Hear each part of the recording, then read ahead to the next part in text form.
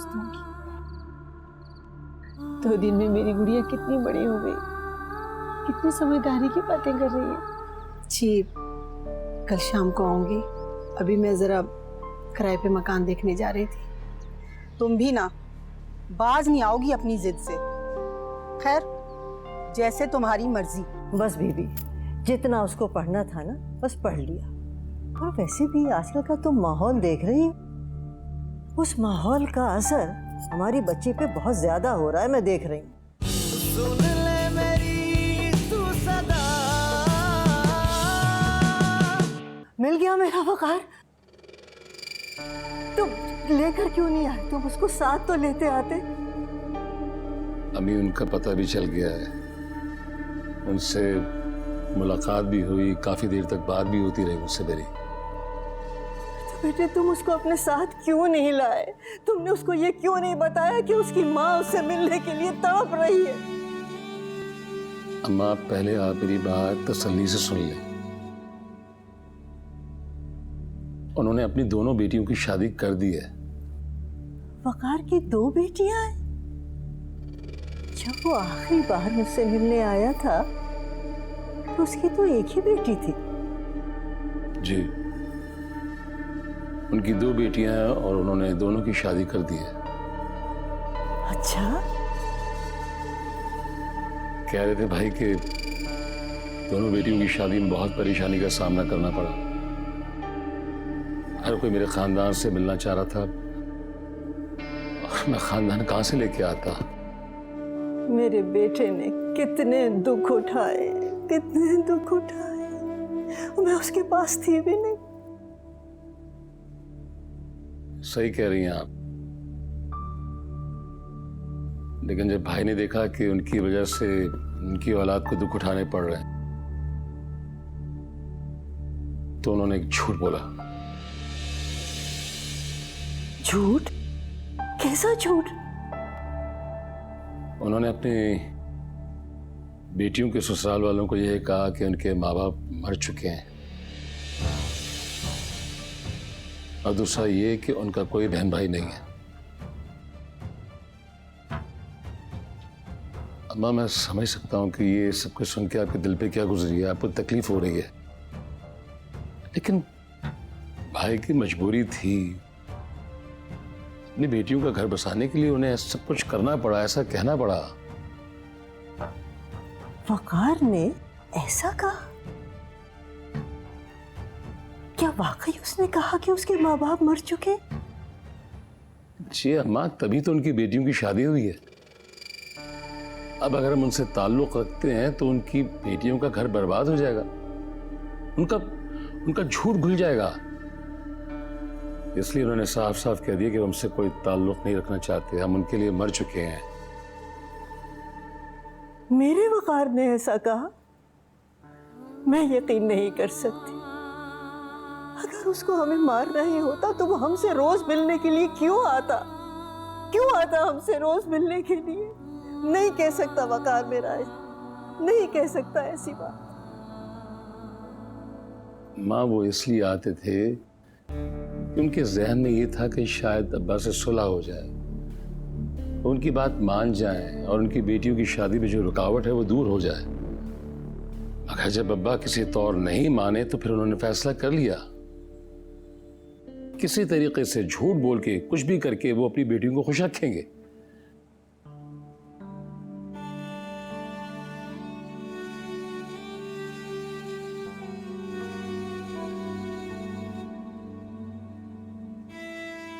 और मैंने भी तो उसे दरवाजे से लौटा दिया था अजनबी कहकर।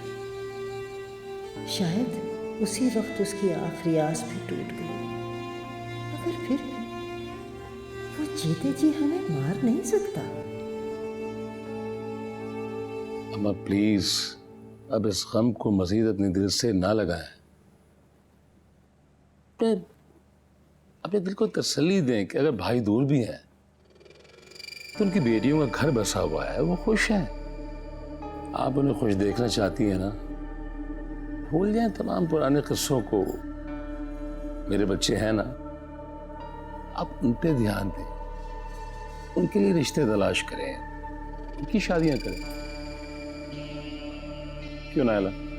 हाँ जी जी बिल्कुल। अम्मा नहीं करें ना ऐसा, हाँ?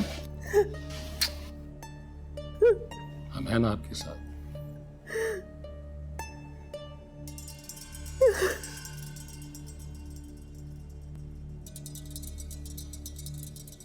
मेरा बच्चा।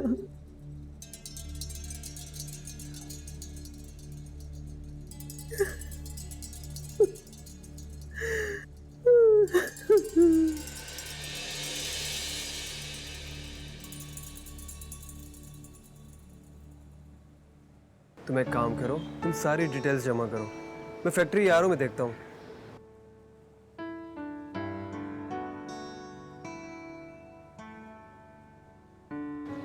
एक मिनट निश, मैं तुम्हें कॉल बैक करता हूँ। जी विनेश, जी मैं इतनी सुबह कॉल की खैरियत? क्यों, मैं आपको कॉल नहीं कर सकती? नहीं नहीं, दरअसल वो बात नहीं है, मुझे उम्मीद नहीं थी कि तुम मुझे कॉल करोगी। वो मैंने आपकी दादा की डेथ का सुना तो बहुत अफसोस हुआ। शुक्रिया पूछने के लिए। आप कैसी हैं? मैं ठीक, अल्लाह का करम। आप कैसे हैं? मेरे हालात कुछ ठीक नहीं हैं। क्यों, क्या हुआ? बस कुछ हो गया है, दिल काबू में नहीं है। मैं समझी नहीं। समझने के लिए आपको मुझसे मिलना पड़ेगा, तो कल मिलें? जी जी ठीक है, अल्लाह हाफ़िज़।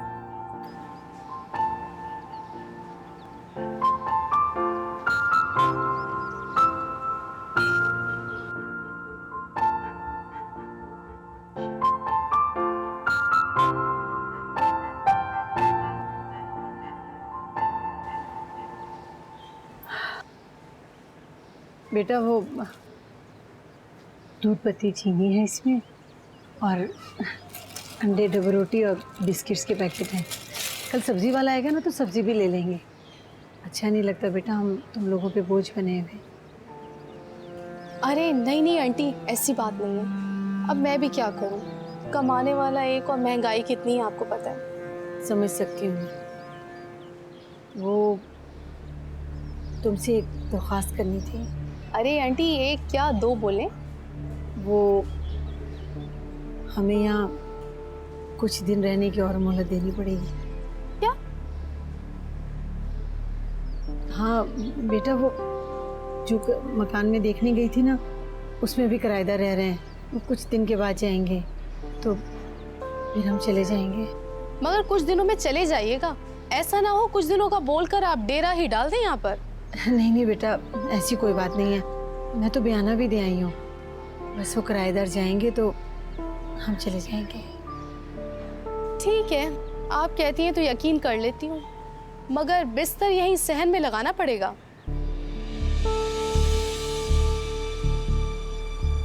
ठीक है।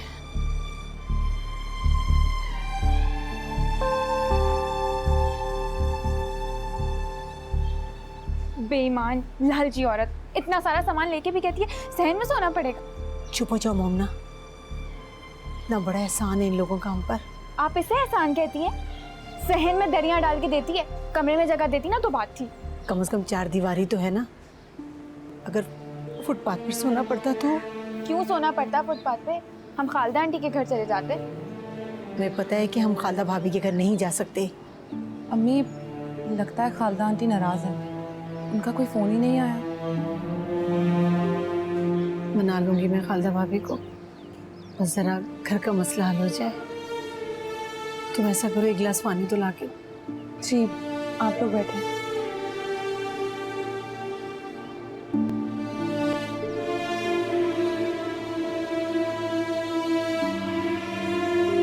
वासिफ, क्या वाकई वकार मिल गए? मैं उन्हें ढूंढता तब ना। तो फिर वो आपने अम्मा से? नाला, बहुत भोली हो तुम। अगर अम्मा से मैं झूठ ना बोलता तो अम्मा भाई के इंतजार का इरादा कभी तर्क ना करती। रोज भाई से मिलने के लिए मुझ पे ज़हनी दबाव डालती है, रोज मुझे एक ही झूठ बोलना पड़ता। इसलिए मैंने एक बारी बड़ा झूठ बोल दिया। अब अम्मा मुझसे भाई के बारे में कोई सवाल नहीं करेंगी। वाह, ये तो आपने बहुत अच्छा काम किया। वाकई मैं ये सोच सोच के परेशान हो गया था कि मैं ऐसा क्या करूं कि अम्मा भाई से मिलने की जिद छोड़ दें और भाई यहाँ का रुख ना करें। अम्मा को तो आपने ये झूठ बोलकर रोक दिया, लेकिन वकार को कैसे रोकेंगे? इसका भी हल है मेरे पास। पिछले दिनों जब वो यहाँ पे आए थे तो उनकी मुझसे मुलाकात हुई थी। क्या वाकई वकार यहाँ आए थे? मिले थे आपसे? बताया तो था तुम्हें, भूल जाती हो। मुझे तो नहीं बताया था आपने। क्या हो गया तुम्हें नैला? बताया या नहीं बताया पुरानी बात हो गई है। मैंने उनसे साफ साफ कह दिया कि अगर वो चाहते हैं कि अब्बा की तबीयत ठीक रहे तो ये आना आया करें। उनका नाम सुनते अब्बा की तबीयत खराब हो जाती है और वो हार्ट पेशेंट हो चुके हैं। As simple as that. और उस रोज जाते वक्त जबरदस्ती अपना विजिटिंग कार्ड मुझे दे गए थे, जो कि मेरे पास अब भी है। जिस तरह अम्मा से मैंने झूठ बोला है, कल उनको भी फोन करके एक झूठ उनसे बोलूंगा। ठीक है, जो भी करना है जल्दी कीजिएगा। कहीं ऐसा ना हो कि आपके फोन करने से पहले ही वकार फिर से आके दरवाजे पर खड़े हो जाए और अम्मा उन्हें फिर से देख लें। फिक्र बिल्कुल नहीं करो, कल ही फोन करूंगा उन्हें। कॉफी भी बहुत अच्छी सी, दिल चाह रहा। मैं भी यही सोच रही थी। आप चेंज कर लीजिए, मैं भी बनवाती हूँ।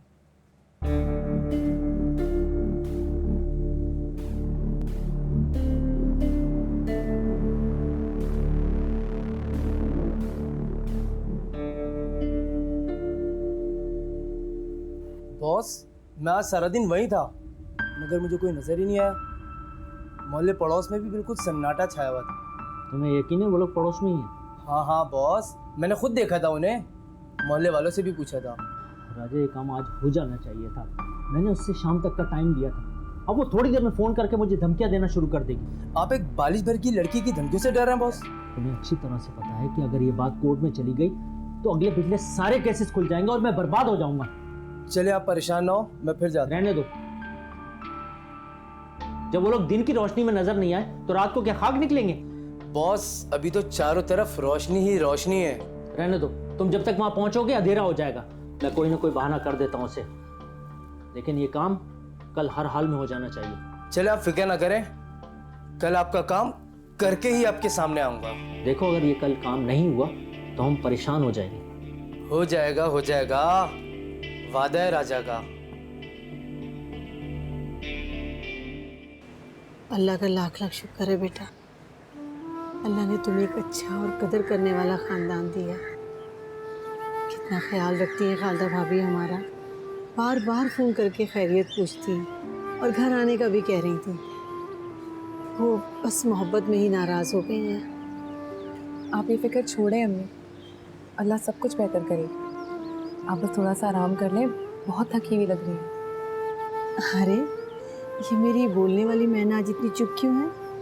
कुछ नहीं अम्मी, मैं सुबह के बारे में सोच रही थी। जॉब ढूंढने जाना है और कपड़े इतने गंदे हो रहे हैं, कोई दूसरे कपड़े हैं भी नहीं, क्या होगा?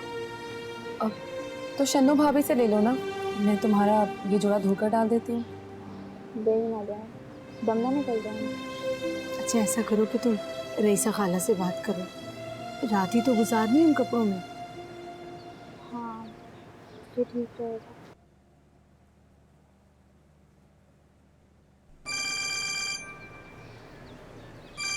अरे बॉस का फोन आ रहा है। अल्लाह करे इनके दिल में रहम आ जाए। हेलो। सामान लेते हैं हमारा। जी अस्सलाम वालेकुम, मैं तौकीर बात कर रहा हूँ। वो मैंने माजरत के लिए आपको फ़ोन किया था, मैं इस्लामाबाद में ही हूँ, आज कराची नहीं आ सका। तो जैसे ही कराची पहुँचूँगा मैं आपका काम कर दूँगा, आप परेशान ना हो। It's okay. अल्लाह हाफिज़। बॉस कह रहे थे कि अभी तक वो इस्लामाबाद में है, कल आते ही सबसे पहले हमारा सामान वापस कर देंगे। अल्लाह तेरा शुक्र है, या अल्लाह तेरा एहसान, अल्लाह करे ऐसा ही हो। या अल्लाह करम कर दे। अम्मी अम्मी सब ठीक हो जाएगा।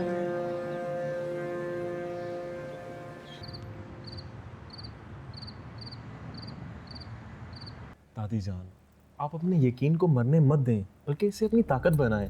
फिर देखें यही ताकत आपको ताया और इसके बच्चों से मिलवाएगी। आप देख लीजिएगा इंशाल्लाह। हाँ बेटा, मुझे यकीन है कि मेरा वकार मेरे बारे में ऐसी बात नहीं कह सकता। हो सकता है दादी जान के बाबा को सुनने में कोई गलती हुई हो। कहीं ऐसा तो नहीं है कि वासिफ वकार की तरफ से मेरा ध्यान हटाने की कोशिश कर रहा? दादी जान, जो कोई कहता है उसे कहने दें। आप सिर्फ अपने यकीन के साथ जुड़ी रहें और इसी तरह दुआएं मांगती रहें। मुझे पूरा भरोसा है कि अल्लाह आपकी मदद जरूर करेगा।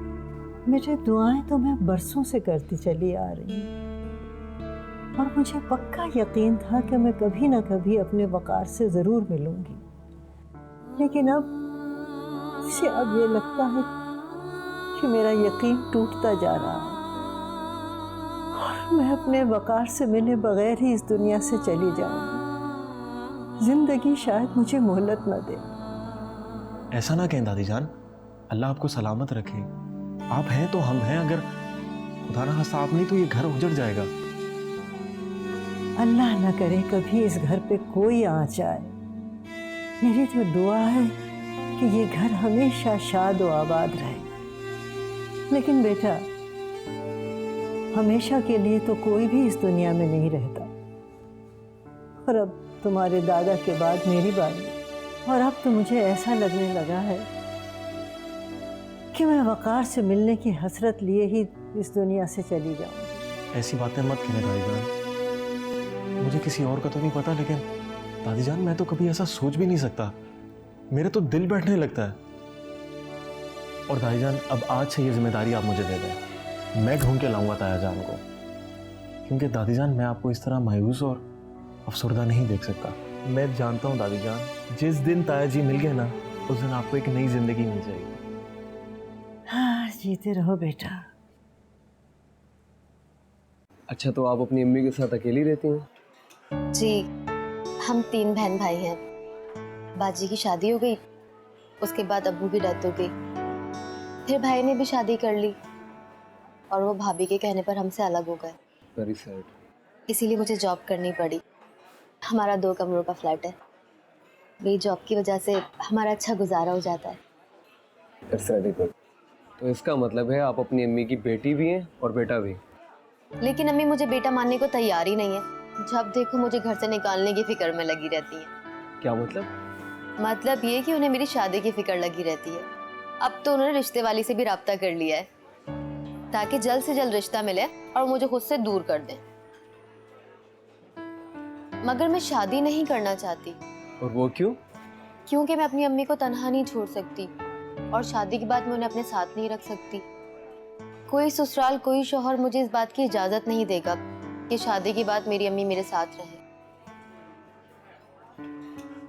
और ऐसा हो गया तो?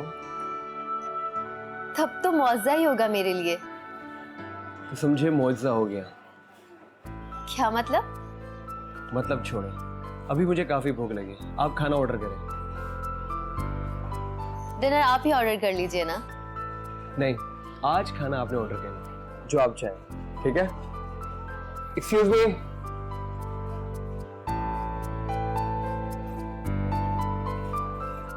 तुम पहली ही नजर में मुझे भा गई थी, अब तुम्हें अपनाना मेरी सबसे बड़ी ख्वाहिश है, चाहे इसके लिए मुझे अपने घर वालों से जंग ही क्यों ना करनी पड़े।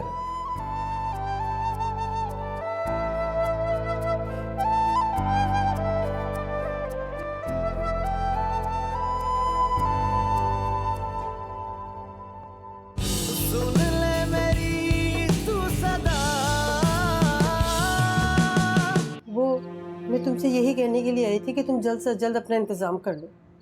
वो शन्नू कह रही थी कि उसने थोड़ा ही टाइम लिया है। तुम्हारे बाबा ऐसा नहीं सोचते। हाँ, तुम्हारे दादा की सोच ज़रूर ऐसी थी। बस ख़ानदान ज़रा शरीफ होना चाहिए। मामा, खानदान बिल्कुल शरीफ है, मगर जायदाद और बैंक बैलेंस हमारे जितना नहीं है। बात सुनिए। कहिए। चलो। ये क्या कर रही हो? गोली मारो। अम्मी, बचाओ, अम्मी।